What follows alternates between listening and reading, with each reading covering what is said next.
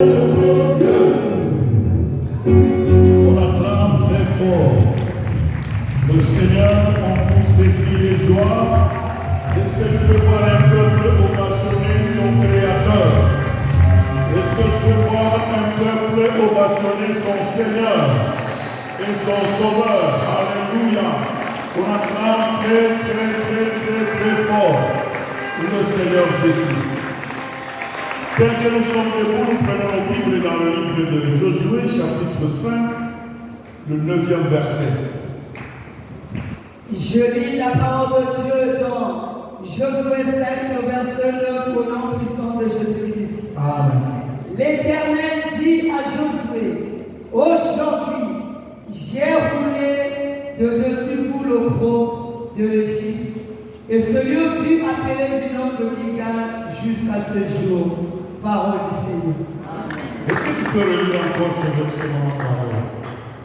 Je relis Josué 5, le verset 9, au nom puissant de Jésus-Christ. L'Éternel dit à Josué, aujourd'hui, j'ai roulé de dessus vous l'opprobre de l'Égypte, et ce lieu fut appelé du nom de Gilgal jusqu'à ce jour. Parole du Seigneur. Merci, veuillez vous asseoir. Nous rendons gloire au Seigneur qui permet que nous puissions être là encore ce soir, cet après-midi plutôt, pour adorer le Seigneur. Un jour comme celui-ci, ce n'est pas un jour où quelqu'un peut rester à la maison, non. C'est un jour où tu viens célébrer le Seigneur. Amen.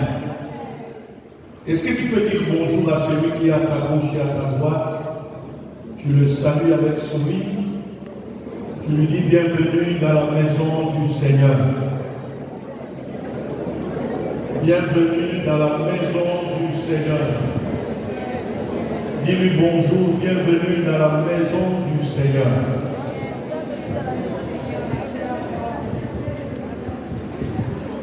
Bienvenue dans la maison du Seigneur. Waouh! Est-ce qu'il t'a soulevé les faces? Tu es encore là, monsieur. Qu'est-ce qui se passe?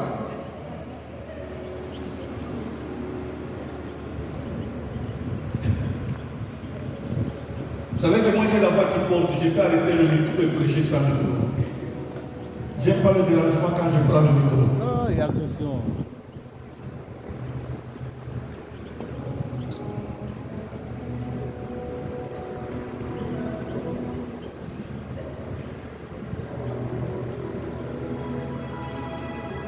Dieu tout-puissant, quand mon cœur considère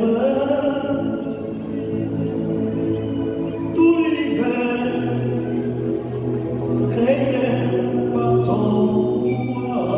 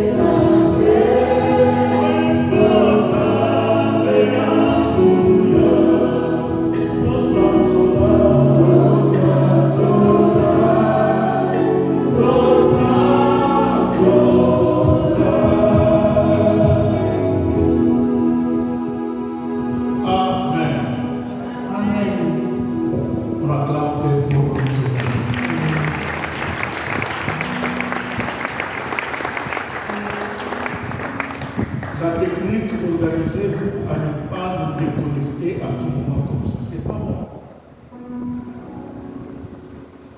On commence à parler de chaque fois de votre incompétence. C'est pas bon. Débrouillez-vous quand même de faire réforme. Quand on prend la parole, il ne faut pas nous déconnecter. Amen. Amen. Le soutien de cet après-midi que nous avons développé à cette adoration, je vais parler sur la reconnaissance à Dieu.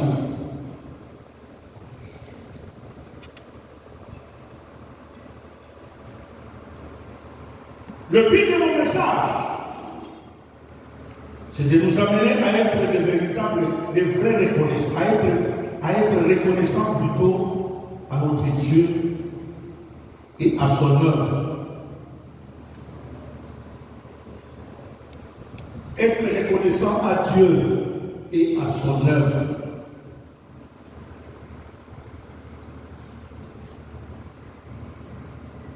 La reconnaissance, par définition, veut dire savoir dire merci. Savoir reconnaître le bienfait.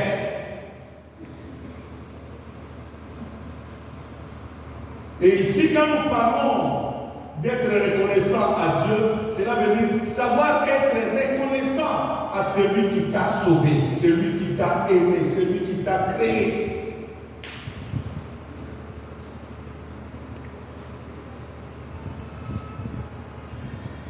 Et la reconnaissance se manifeste dans beaucoup de choses.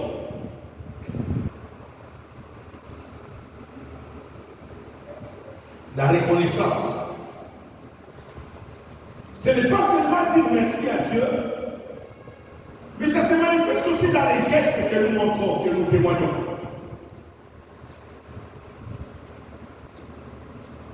Notre présence au culte veut dire que tu viens reconnaître la grandeur de Dieu.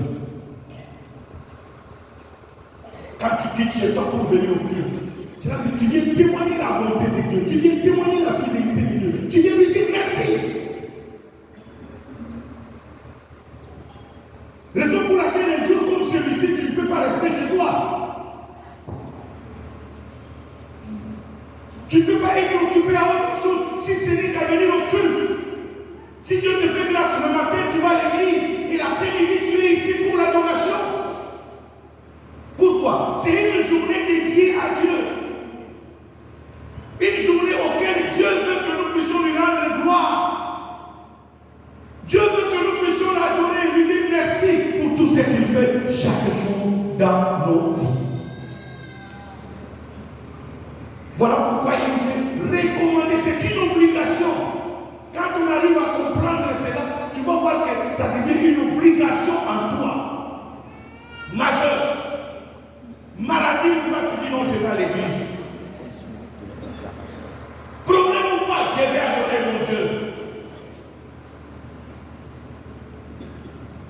Et c'est une journée où chacun de nous doit se faire violence dans le sens à ce que tu ne dois pas avoir des rendez-vous ce jour-là. Parce qu'il y a des rendez-vous que tu as ce jour-là qui te bloquent même de venir quoi? Adorer le Seigneur. Il y a des problèmes qui peuvent arriver comme ça. Quand tu acceptes le rendez-vous dimanche, tu peux recevoir d'autres personnes. Ils t'amènent des mauvaises nouvelles. Et ces mauvaises nouvelles te découragent même de te lever pour venir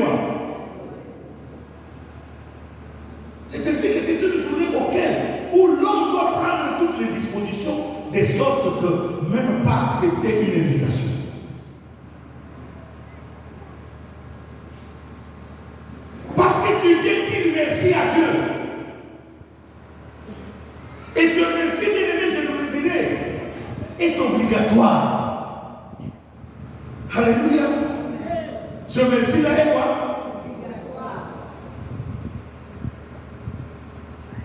Le fait de seulement de respirer l'air que nous avons. Tu as l'obligation de dire quoi? Merci à Dieu. Tu as l'obligation de venir dire merci à Dieu. Le fait que tu arrives à t'élever à marcher, tu as l'obligation de dire merci à Dieu. Et c'est pourquoi nous devons dire merci à Dieu. Le texte qu'on vient de nous lire, dans Josué chapitre 9, 5, verset 9, c'est Dieu qui décide à changer ta situation. À changer ta situation. Ce n'est pas n'importe qui a pris. C'est lui qui décide ici. La Bible dit, l'Éternel dit à Josué, aujourd'hui, il dit, j'ai décidé de rouler de dessus toi l'opprobre d'Égypte. Donc cette année 2026, ce n'est pas n'importe qui décide, mais c'est Dieu qui prend la décision de changer ta situation. Il dit, la malédiction de tes parents que tu es en train de traîner là, moi j'ai pris la décision de faire quoi? De l'enlever. Quand on dit rouler, ça veut dire enlever. Voilà la raison pour laquelle nous sommes appelés de cette année d'adorer Dieu. Parce qu'il a décidé d'enlever le blocage dans ta vie, d'enlever la malédiction dans ta vie, d'enlever l'échec dans ta vie, d'enlever tous les liens que tu as hérités de tes parents. Écoutez, bien aimé, quand il dit que j'ai décidé de rouler l'opprobre de l'Égypte, à qui Dieu parle? Les personnes à qui Dieu s'adresse n'ont jamais été en Égypte. Alléluia. Ils n'ont jamais été quoi? Ils ne sont pas nés en Égypte. Ils connaissent, ils entendent seulement l'Égypte par l'histoire. Ils ont connu l'Égypte par l'histoire. Dieu, les seules personnes qui ont connu l'Égypte, c'est Josué et Caleb. Mais toute la foule qui reste, non. Tous sont nés dans le désert. Ils ne sont jamais repartis voir. Ils ont entendu parler d'Égypte par les histoires. Oh, en Égypte on faisait ceci, en Égypte on faisait cela, en Égypte on faisait ceci. C'est par là qu'ils ont appris l'Égypte. Mais c'est à eux que Dieu dit aujourd'hui, j'aimerais de-dessus vous l'opprobre de quoi? En d'autres termes, ça veut dire que Dieu prend la décision de détruire, d'enlever sur eux la malédiction de leur père qui pesait sur eux. Le blocage de leur père qui pesait sur eux. La malédiction de leur, je ne sais comment vous l'expliquer, la sorcellerie de leur père. Il y a beaucoup d'entre nous ici qui continuent encore à traîner la malédiction de sa famille. Le cinéma de sa famille. Je ne sais pas si vous avez entendu le témoignage de notre sœur Carole qui a témoigné. On lui a donné le nom de qui? Est-ce que ça tente à question déjà parti à l'école? Comment elle devait parler français? Est-ce que vous me comprenez ce soir? On prend le nom de quelqu'un qui n'a jamais évolué sur le plan scolaire, on donne à qui? Il y en a d'autres, les noms bien aimés, ce n'est pas des noms à éviter. Il y en a d'autres, ça ne fait rien, mais sur d'autres, ça cause des dégâts. On prend un nom de quelqu'un qui n'a jamais été à l'école, on donne à Carole.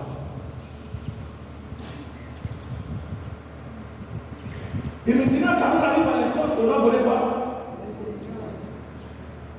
Il arrive à... Bien aimé, il y a des choses que tu vis que tu ne sais pas expliquer. Va dans ta lignée.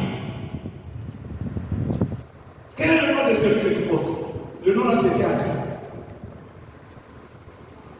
Ton nom là, on t'a connu. Il vient de qui? Est-ce que celui-là avait étudié, avait réussi dans sa vie?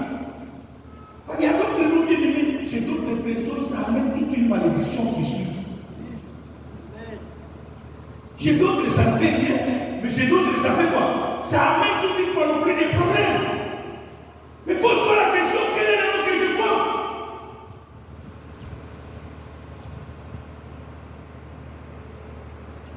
C'est ça ce que Dieu dit. Cette année, il a dit des choses que tu as traînées là, que tu es en train de traîner, que tu as hérité de tes aïeux. Dieu dit, il va les rouler. C'est dans cette année que ta situation va changer. C'est dans cette adoration que tu dois comprendre que voilà pourquoi je dois venir adorer toi. Parce que Dieu me promet de grandes choses. Dieu me promet qu'il va réaliser de grandes choses. Là où j'avais l'échec de la famille, Dieu m'a dit que cet échec-là, il a quoi à enlever. Là où j'avais les condamnations de la famille, Dieu a décidé d'enlever cela. C'est très important de comprendre ça. Quand tu arrives à comprendre cela, tu pourras même bien adorer le Seigneur ce soir. Parce que tu comprends qu'est-ce que Dieu veut faire dans ta vie.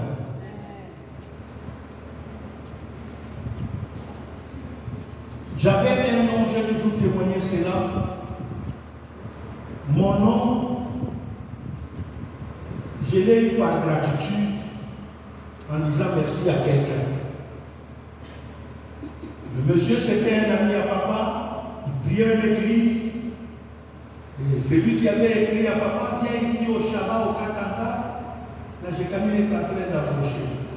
C'est comme ça que papa s'est rendu au Katanga. Il fut logé chez ce monsieur. Son ami qu'il avait accueilli, avec lequel il priait à l'église. Et papa avait laissé ma mère avec ma grossesse.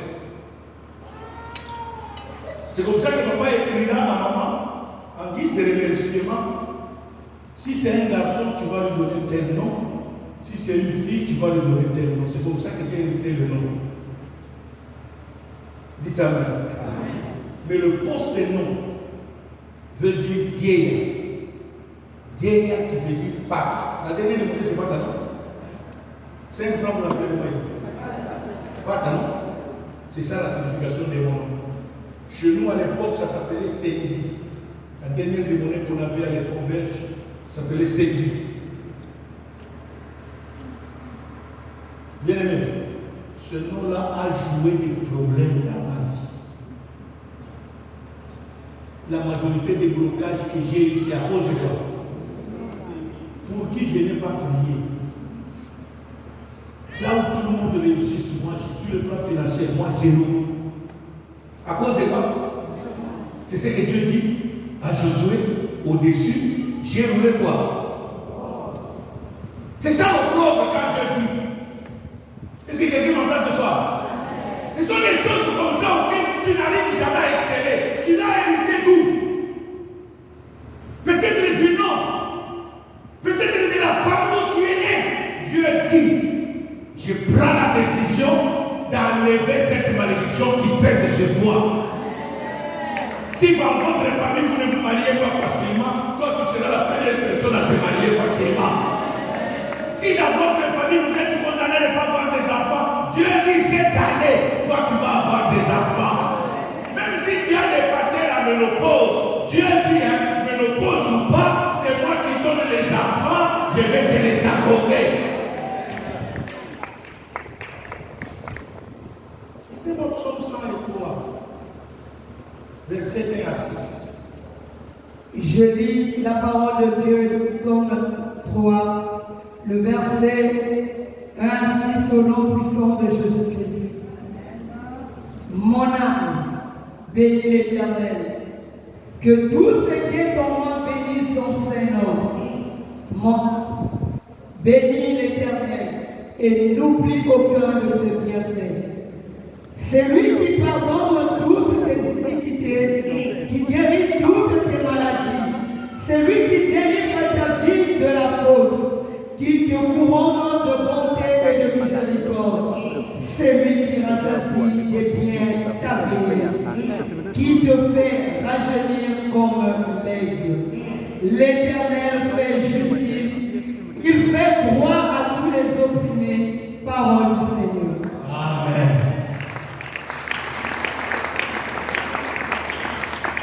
J'aime beaucoup ce texte, c'est parce que David, comprenant les choses, David commence à parler à son âme. Il dit, toi mon âme, écoute-moi maintenant. Tu as l'obligation de bénir le nom de quoi? De l'Éternel. Alors l'âme se pose la question de David, comment tu me donnes que je suis dans l'obligation? L'âme répond, David répond à son âme. Il dit, tu dois le louer, tu dois l'adorer à cause de tous ses bienfaits. L'âme risque de résister, il dit, mais les bienfaits de Dieu, c'est vrai, mais moi j'ai vécu une famille maudite. Des fois je tombe malade, j'ai des blessures, quoi.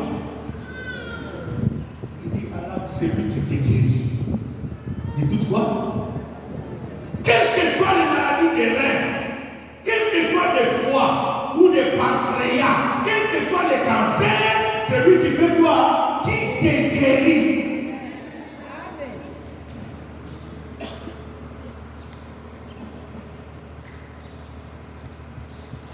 Pas seulement il te guérit, mais il te rajeunit aussi. Alléluia. Il fait quoi?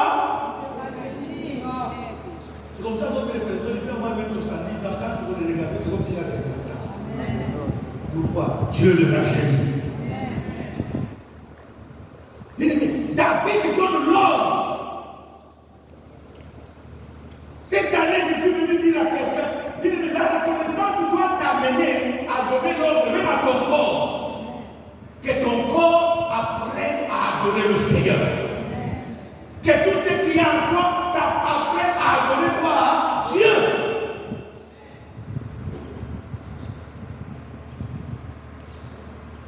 C'est-à-dire que quelqu'un qui comprend ces choses, on ne va même pas le pousser à adorer le Seigneur. On ne va pas le pousser à acclamer le Seigneur. Quand c'est le moment d'adoration, il peut même se coucher par terre parce qu'il sait que tout ce que Dieu sur moi, c'est Dieu qui me les a donnés. Même mon ami ne peut pas être roi, ne peut pas m'empêcher à adorer Dieu.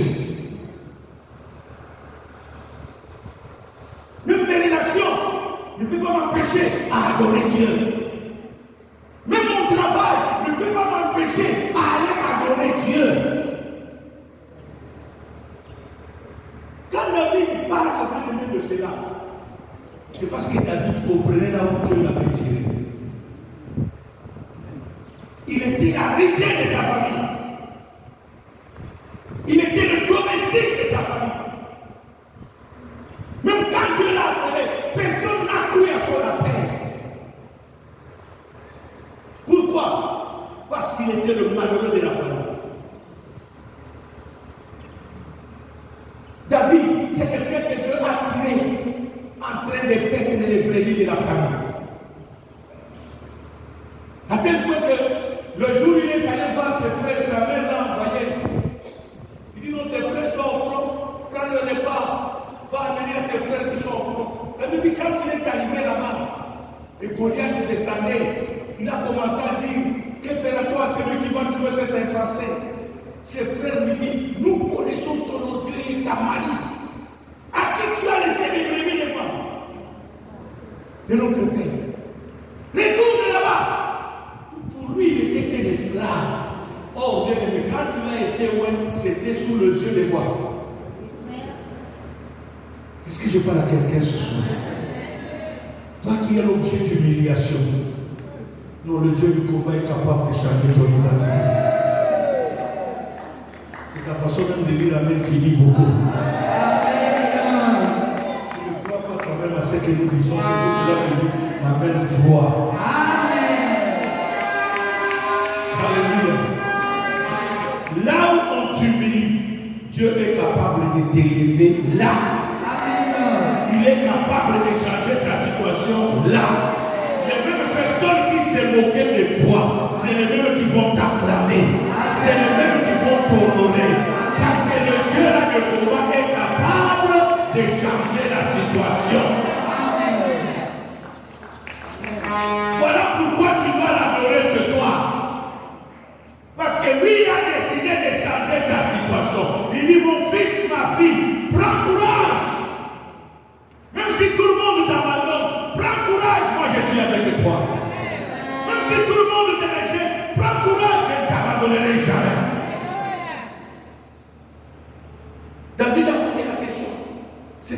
a créé des problèmes par ses propres frères. Les dons de quoi l'esclave de la famille. Ce que j'aime, c'est quoi? David, c'est la Bible dit, David s'est détourné de ses frères. Il a continué à poser la question. Je me suis toujours posé la question. Je ne sais pas si quand même tu fais les analyses comme moi. Il ne reconnaissait pas que David était quoi? Loin, toi. Maintenant, posons-nous la question, réfléchissons. Quand David est passé à la royauté, où étaient ses frères?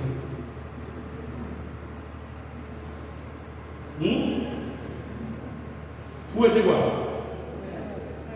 Parce qu'il ne connaissait pas qu'il a été quoi? Maintenant, quand David est passé quoi? D'abord, commençons par la première chose. Quand il a tué Goliath, quelle a été la réaction de ses frères? Qui peut imaginer ça? Donc, les premières personnes qui ont acclamé David, c'est ses frères. Hein? Ils ont oublié qu'il l'avait traité d'orgueilleux. Hein? Ils ont oublié qu'il l'avait traité d'esclave. Hein? Là, maintenant, ils étaient devenus quoi? Fiers. Pour dire que mais c'est la chose à la force. Hein? Aboumi Goliath.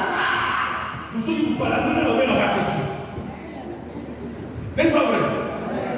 Tout là, maintenant, ils ont commencé à marcher quoi? La réalité dans la vie, il dit personne ne peut me toucher. Si quelqu'un joue avec moi, il va venir seulement moi. Mon petit David, il va voir. Vous savez, les gens qui nous subissent, les gens qui se moquent de nous, quand la situation change, c'est les premiers qui nous acclament.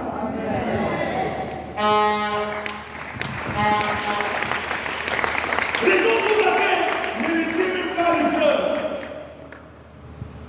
Banalise seulement leurs insultes là. Leur raillerie sur toi, la banalise, ça ne tient même pas le cœur à cela. C'est une distraction. Parce qu'on n'attaque jamais celui qui n'a pas la promesse de Dieu. On combat toujours celui qui a la promesse de Dieu. Sur qui l'œil de Dieu est là. C'est celui-là qu'on fait quoi?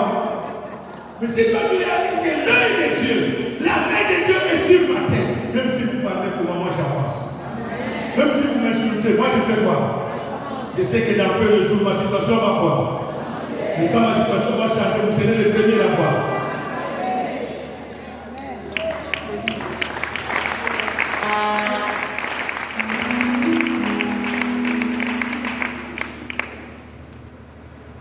Pourquoi tu dois louer le Seigneur?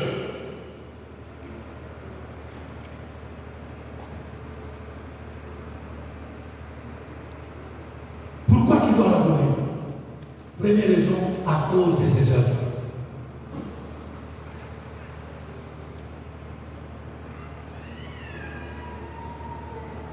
Deuxième raison, parce que tu lui appartiens, tu es son peuple. Psaume 100, verset 1 à 5. Je lis la parole de Dieu dans le psaume 100, le verset 1 à 5 au nom puissant de Jésus-Christ.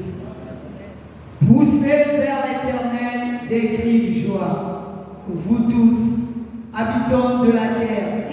Servez l'Éternel avec joie. Venez avec allégresse en sa présence. Sachez que l'Éternel est Dieu. C'est lui qui nous a fait. C'est lui qui nous a fait. Et nous lui appartenons. Alléluia. Nous sommes de son peuple. Et le troupeau De son pâturage. Entrez dans ses portes avec des louanges, dans ses parvis avec des cantiques. Célébrez-le, bénissez son nom, car l'Éternel est bon, sa bonté dure toujours, et sa fidélité de génération en génération. Parole du Seigneur. Amen. Deuxième raison pour adorer Dieu, parce que nous sommes son peuple, le troupeau de son pâturage. Bien aimé, le fait d'être appelé enfant de Dieu, c'est un privilège. Alléluia. C'est l'une des raisons que tu peux adorer toi. Tu dis que notre Dieu me connaît. Comme l'a témoigné Papa Talien la semaine, Dieu a dit à une maman, il dit, va m'adorer. Tu es obligé de m'adorer comme m'adore. Papa Talien. Dieu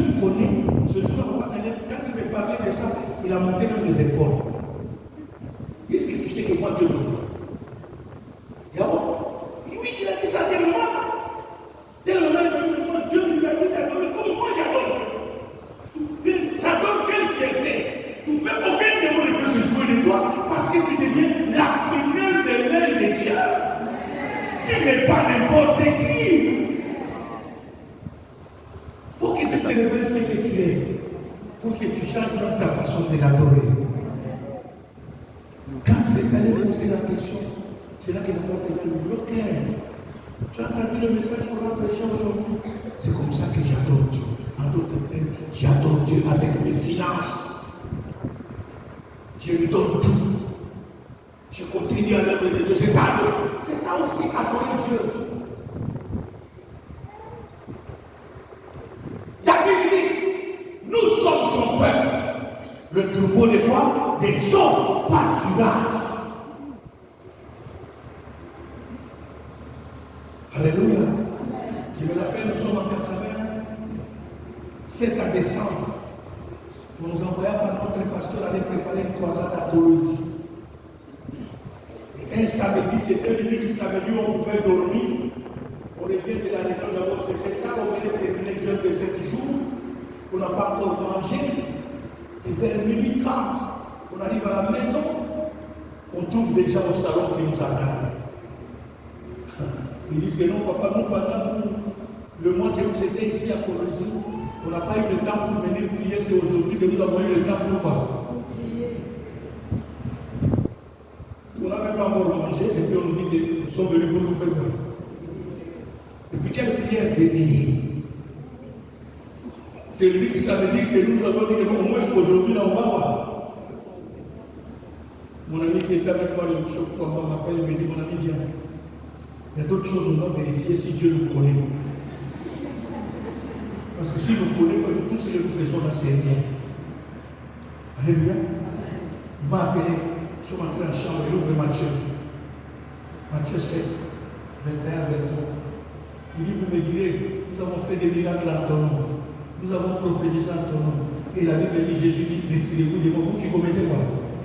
Car je ne vous ai jamais. Dieu doit nous confirmer qu'il nous connaît pour que nous puissions veiller avec ceux qui sont au sein. Pas en battre pour veiller. Il y a des choses que tu dois réclamer ton droit. Ne fais pas des choses pour plaire aux gens. Fais des choses pour que Dieu soit content. Est-ce que quelqu'un m'entend? Fais des choses pour que Dieu soit content. Parce que quand Dieu est content, cela veut dire ton lendemain est assuré. Le ciel, tu es assuré. Nous sommes en train de prier pendant 45 minutes. On a dit, Seigneur, trop c'est trop. Nous n'avons même pas le droit de nous reposer.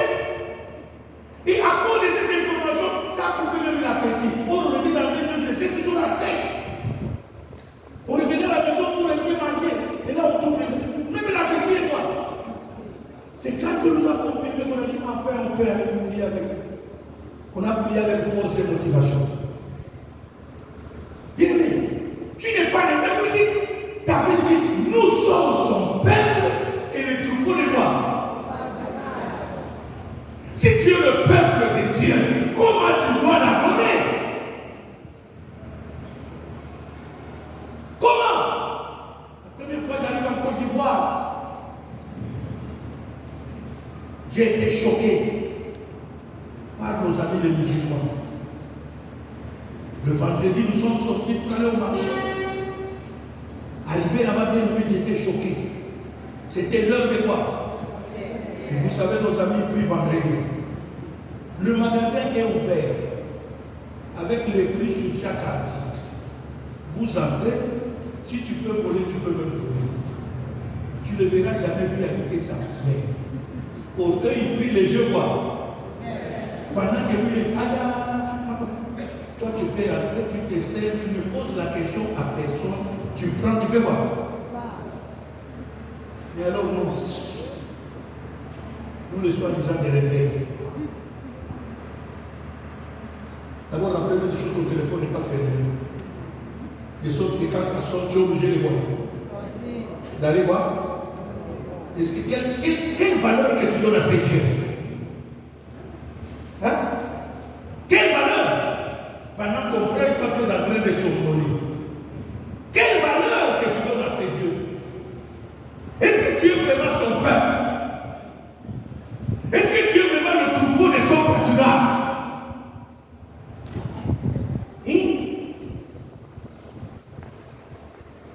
Est-ce que tu es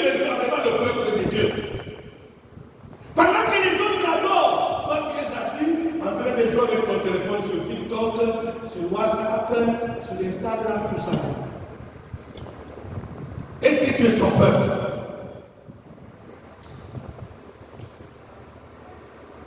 C'est en cela qu'on reconnaît qui est le peuple de Dieu. C'est en cela.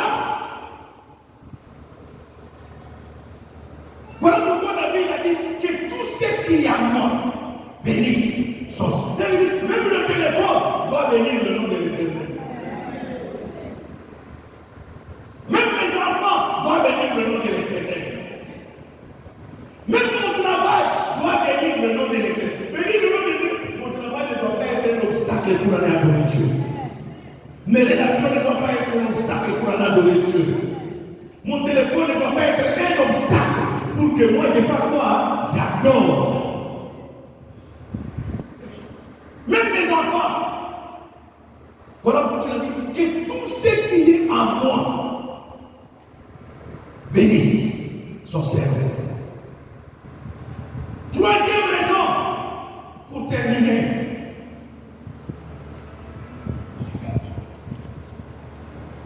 Première raison, nous adorons le Seigneur pour ses œuvres au milieu de nous. Deuxième raison, nous l'adorons parce que nous sommes son peuple. Troisième raison de notre adoration.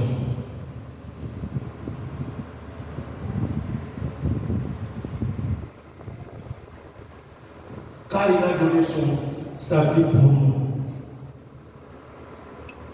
La troisième raison, parce que Dieu a donné son Fils. Romains chapitre 5, verset 8.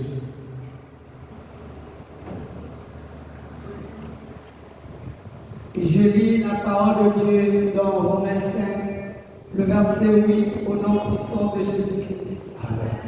Mais Dieu prouve son amour envers nous, en ce que, lorsque nous étions encore des pécheurs, Christ est mort pour nous, parole du Seigneur. Tu vois, tu dis même pas même. J'ai lu ce verset. Je relis Romains 5, le verset 8, au nom puissant de Jésus-Christ. Mais Dieu prouve son amour envers nous, en ce que, lorsque nous étions encore des pécheurs, Christ est mort pour nous, parole du Seigneur.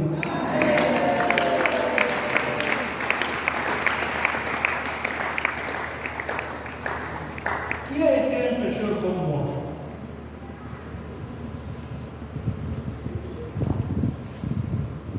Qui a été pécheur comme moi? Parce que si tu étais pécheur, tu dois comprendre ce verset. Moi, j'étais pécheur à l'âge de 9 ans. C'est à cet âge que j'ai commencé à boire de l'alcool, à fumer. Et la première femme de ma vie, je l'ai connue, j'avais 9 ans. Est-ce que quelqu'un m'entend? Regarde là où Dieu m'a donné. Ma soeur m'a fait sortir. C'est ainsi que personne ne peut pas m'empêcher à adorer Dieu. Paul dit, lorsque nous étions encore quoi? Pécheurs, Dieu a prouvé son amour pour donner son Fils afin que moi je sois sauvé. Afin que je sois sauvé du péché. Afin que je sois sauvé de la malédiction. Parce qu'il m'a tiré de la... Je pouvais mourir.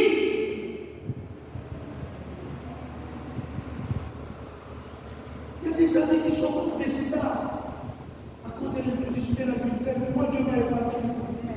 Pourquoi ne pas l'adorer? Pourquoi ne pas le louer? Pourquoi ne pas le célébrer? Il y a des amis qui étaient des sorciers comme toi et moi, qui sont morts sorciers. Mais toi, tu t'as fait grâce pendant que tu as envie, tu l'as connu. Pour arriver à abandonner même cette sorcellerie-là.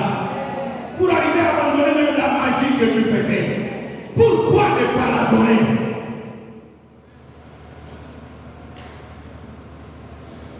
Pourquoi?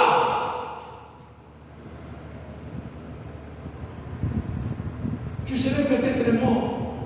Tu en as attrapé beaucoup de maladies sexuellement transmissibles. Mais malgré ça, Dieu te garde quoi? tu as fait pour que Dieu te garde encore à toi? Hein? Tu avais même volé les biens de l'entreprise où tu travailles. Tu pouvais être licencié, mais c'est Dieu là qui a gardé dans cette entreprise jusqu'au jour. Qu'est-ce que tu peux faire? Il dit, à cause, Dieu a montré son amour avec nous, jusqu'à donner la vie de son Fils unique. La Bible dit, son Fils quoi? Et la Bible dit, car Dieu a tant quoi? Aimé le monde, et qu'il a donné pour toi et moi. Dieu a donné ce qui lui était cher. Pourquoi ne pas l'adorer? Pourquoi ne pas le célébrer? Pourquoi ne pas l'exalter? Pourquoi même ne pas lui offrir tout ce que j'ai à cause de cet amour? Voilà la raison pour laquelle tu dois être reconnaissant envers Dieu. Il y a des gens qui n'étaient même pas plus mauvais que toi, mais qui sont morts. Pourquoi toi Dieu t'a laissé? Oh, il y a ces gens-là qui sont morts là. Ils n'étaient pas mauvais comme toi. Toi, tu étais plus mauvais. Et plus méchant. Plus ingrat par-dessus tout. Pourquoi Dieu t'a laissé? Et tu deviens encore orgueilleux, tu viens à l'adoration. Pendant ton adoration, toi, tu es assis. Oh! Quel orgueil! Quel kilo que tu as! Tu ne sais même pas reconnaître que c'est celui-là qui a donné son Fils unique qui t'a sauvé. Bien aimé, si nous sommes ce que nous sommes, ce n'est pas à cause de notre mérite. C'est à cause de l'amour de Dieu. Et nous devons être reconnaissants envers cet amour. Si tu es même marié, c'est grâce à ce Dieu-là. Regarde seulement dans ta famille, comme on a dit maman Miladou la semaine. Il dit, c'est le jour où on leur a fait cette dissertation-là qu'elle a découvert que dans ma famille, il y a des liens, des divorces, des célibats, des mémoires. Ah, Seigneur, sauve-moi. Alléluia. C'est quand tu arrives à l'église et tu dis, non, voilà à quoi j'ai été condamné. Voilà à quoi j'ai été quoi? Voilà à quoi j'ai été destiné. D'où je suis obligé de voir, changer ma façon de me comporter. Changer même ma façon comment venir dans l'adoration. Par rapport à ce que ce Dieu-là a fait. Son amour seulement envers moi. Tu étais dans un accident mortel, mais tu es sorti vivant. Pourquoi ne pas adorer ce Dieu? Que Dieu bénisse sa parole.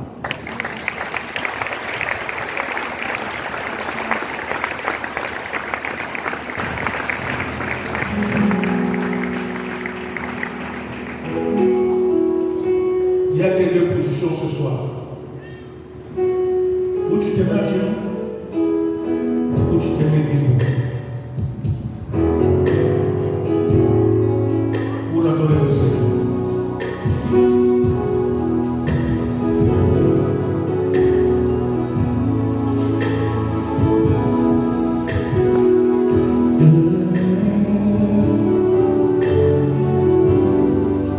La vida es una casa.